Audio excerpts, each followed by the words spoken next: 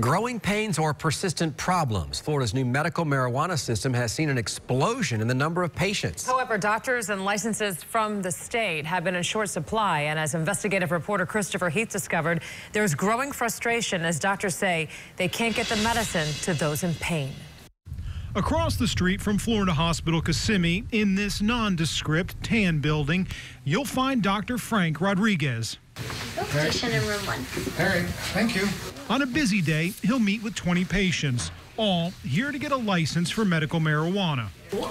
What's it been like being a doctor who can prescribe cannabis over the last couple of months? It's been a little bit frustrating for myself as well as the patients. The frustration comes because doctors can only recommend medical marijuana. They can't prescribe it.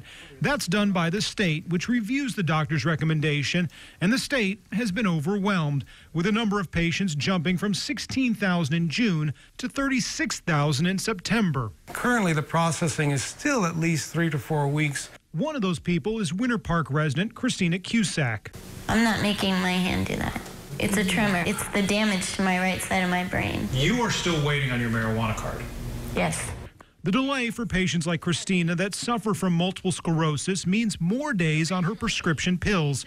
Christina is one of the patients that had to find a new doctor that could recommend medical marijuana. We are getting patients that have been referred by their respective physicians. While the number of patients for medical marijuana has doubled statewide, the number of doctors has remained flat. That creates its own problem because, unlike traditional pharmaceuticals, different strains of cannabis affect patients in different ways. It's not just 300 milligrams twice a day. Here's the script and I'll see you later. Which means booking follow-up visits once a card is approved, something that only adds more time as patients try and find relief. Chris joining us live right now. Chris, what is DOH doing about this? Well, the main thing is they're bringing in more people. Originally, they had 12 people working, 9 were part-time, 3 were full-time. They're hiring more people to come in and process through these. And because, again, the doctor recommends it, the DOH looks at it, Department of Health, and then decides, okay, and that's when the process starts. So a lot of stuff built in to make sure that there's a lag time. So it's not you walk in and immediately walk out with marijuana.